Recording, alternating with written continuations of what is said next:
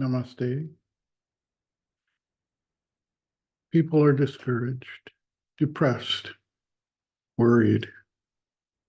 The world is seemingly breaking down in a number of different ways. We're focused on the political disruptions, the economic concerns, the toxic chemicals that are polluting our environment and increasing our health issues. We're concerned about the climate change and the change in disease vectors and the wars and the mass migrations and all these other problems we've discussed endless times, and people are simply tired, burned out, discouraged. What can I do as just some small individual here to solve any of these problems? And this leads to either apathy or distraction. But we have another option, and that is to support the development of a new form of consciousness that can transform the way we look at things, transform the way we act, the way we think, and the way we interact with others and with the world around us. We think, what can I do? I'm just some individual here out of 8 billion or more people on the planet. But there is a way forward. And that way forward is really not complicated.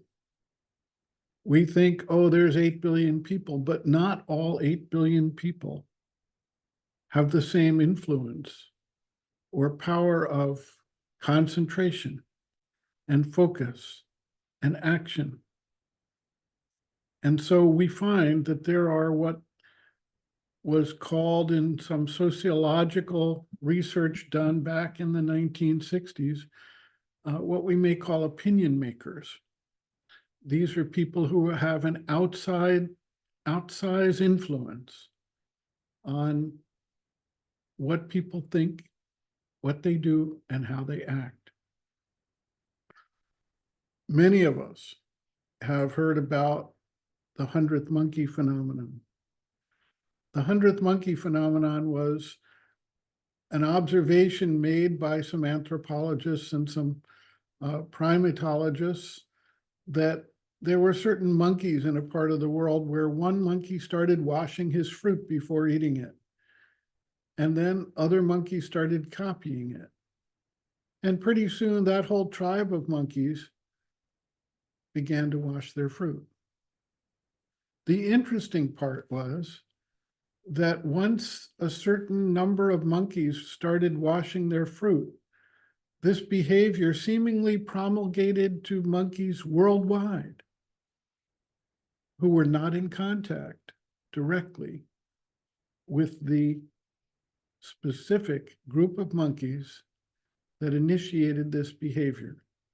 So this was called the 100th monkey phenomenon, and it involved what we might call a tipping point by which a certain consciousness, a certain awareness, a certain capacity suddenly develops and manifests across a population when a certain number of that population make the change and adjust their awareness, their consciousness, and their action. And so the question that we raise is, if we do something,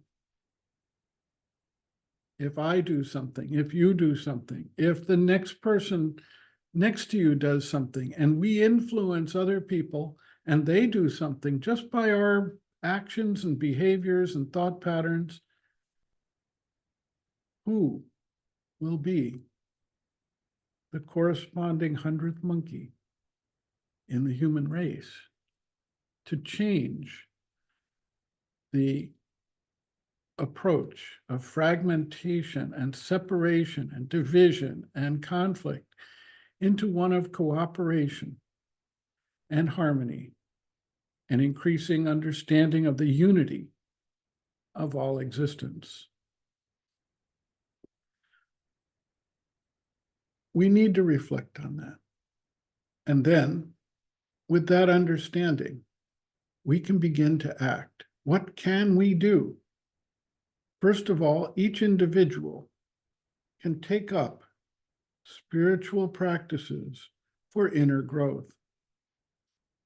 This is not a prescription for a specific religious background, philosophical background, scientific background. It's simply that each individual, where they are, with whatever their belief system is, should take up the practice of inward observation, meditation, concentration, to begin to understand the forces that move them and begin to separate themselves from that motivating, energetic force that just drops on them from outside, from the world around them, from their contacts and their correspondence with other people, and begin to understand that they have the ability to choose, the ability to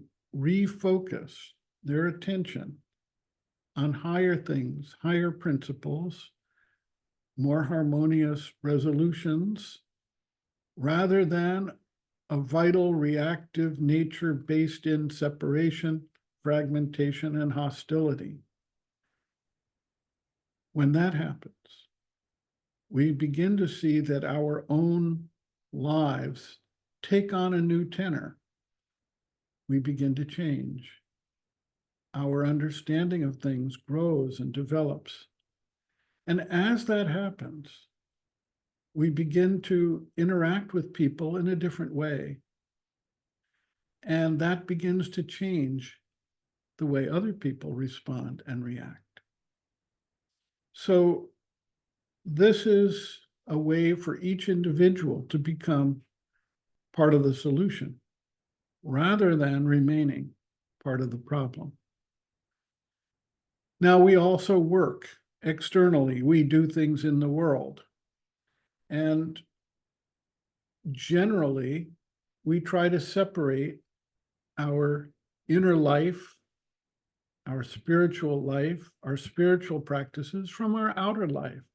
And we say, I'm going to sit for meditation, or I'm going to go and pray, or I'm going to do a retreat. And then we come back to our outer life and we seemingly forget all that. We go out and we do our jobs and we earn money and we live our lives. And it's like we've made an artificial separation. When we get to the point of seeing that the outer work can and should express the inner consciousness, then we begin to extend the influence of our new insights, our new capacities, and our new standpoint into everything we do.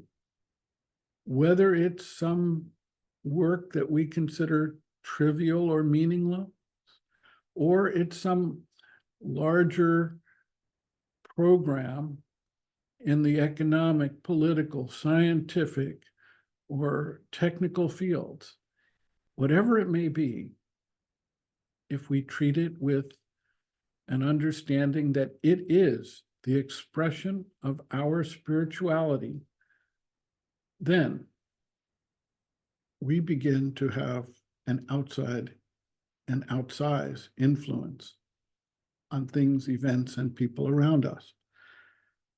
And so we look at what Sri Aurobindo had to say, that all life is yoga. What does that mean? It implies that we can transform our activities, our lives, and our purpose into a yogic process. If we look at the Eightfold Path of Patanjali, the first step is to develop an asana. Asana means seat. In their traditional yogic practice, it means that you sit in a particular posture with your legs crossed, sitting upright and still, quiet, and relaxed in order to undertake the spiritual discipline. But in a broader sense, our asana is the standpoint we take in society, in each situation, in our work, in our families, the seat of our consciousness. The next step is pranayama. Pranayama is the control of the breath. And in the traditional path of yoga, they have particular breathing techniques that you have to do and practice. But in a broader sense, pranayama is the control of the vital energy that comes into you and that you absorb and that you then transmit through your being and that you then release back into the world. And so we can make our vital interchange into a form of pranayama. Before the practice of asana and pranayama come the preliminary practices called the yamas and the niyamas. And these are really usually treated as some kind of moral observations. You shouldn't harm other beings. You shouldn't be jealous. You should have contentment. You should treat others with respect, etc. These are, however, not moral statements. They are practical scientific statements. They are statements to create the correct mental, emotional, and vital basis to hold higher energies as they begin to manifest without spilling them, without erupting, and without breaking down our physical, mental, emotional, nervous, and vital being through the force of those higher energies. And so practicing the yamas and the niyamas is essential, not necessarily as a moral statement of rules, but as a methodology for understanding the vibrations that can act upon us and that distract, disturb, and disperse the energies of our lives. We then come to pratyahara, which is withdrawing the attention from the energies that are active in our lives so that we can then begin to concentrate and focus. And this means to, in the practical sense of the traditional yoga, it means withdrawing your attention from all the senses. But in a wider sense, pratyahara means simply to change the focus and attention of what we deal with in the world. Do we focus our attention on the various energies of accumulation, of food, of sex, of fame, of vanity? In other words, are we trying to aggrandize our ego? Or are we switching our attention to the spiritual purpose, the meaning of our lives, the opportunities we have to contact and attain a higher state of consciousness, withdrawing our attention from activities which are dispersing and lowering of our level of awareness, that are distracting to us, is the deeper meaning on an external sense of the practice of pratyahara. The obvious next step in the Eightfold Path is called dharana, which is the focus of the concentration.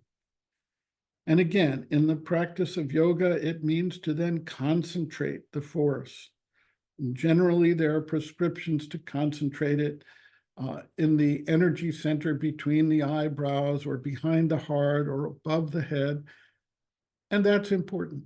But the real sense of dharana in a wider viewpoint is to focus or concentrate on the positive, uplifting activities and the growth of awareness, the consciousness, beauty, and positivity in the world, to begin to enhance our ability to tune and focus to these higher forces and energies and concepts, as opposed to being distracted. The next is dhyana, or meditation. This is to, again, create a mental space of calm and quiet that can be centered, that doesn't get drawn out every time something happens, that is not externally focused and reactive, and which can then appreciate what is taking place in the world from a new, calmer, more balanced perspective. We come then to samadhi, which is, in the practice of the traditional path of yoga, the development of a trance-like state in which all outer awareness is withdrawn and we are totally focused inwardly. And this also can be reapplied on an external sense to just maintain throughout our lives, in all of our activities, all of our actions, that centered space, that separation of the witness consciousness from the active nature of our being, where we can see and act and respond totally from what we might call a divine standpoint as opposed to the ego standpoint. Now, there are certain other formations that are used to enhance the yogic practice in the traditional paths of yoga. One of them is called mudra. Mudra is the physical expression or gesture. And mudra is the stance we take in the world, in how we interact with others, the energy we put into the world, and our receptivity to higher vibrational forces is what we could call our mudra. There is the mantra, which is the use of various sounds to concentrate and develop energies on certain vibrational levels. And the mantra in the world is the way we express ourselves, the way we put energy out into the world using the power of voice as a mode of expression of our consciousness. And then there's bhava. And bhava is more or less the mood or the standpoint we take, the energetic stance we take as we go through the world. We can convert every action, every deed, every expression into a form of yogic practice. There is no separation between our inner life and our outer life. When we do this, we can find that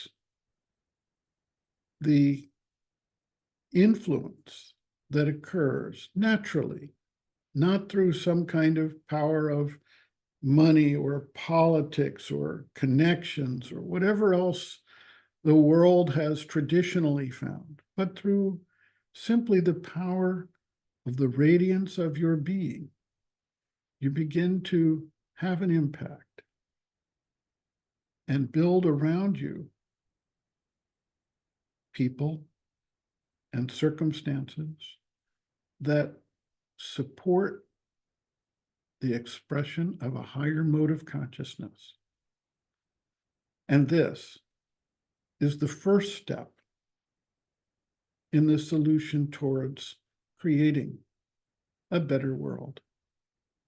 There are many more steps, and we can discuss those in future sessions. But for now, let's take away from it that the first step is to orient ourselves towards turning all life into the practice of yoga.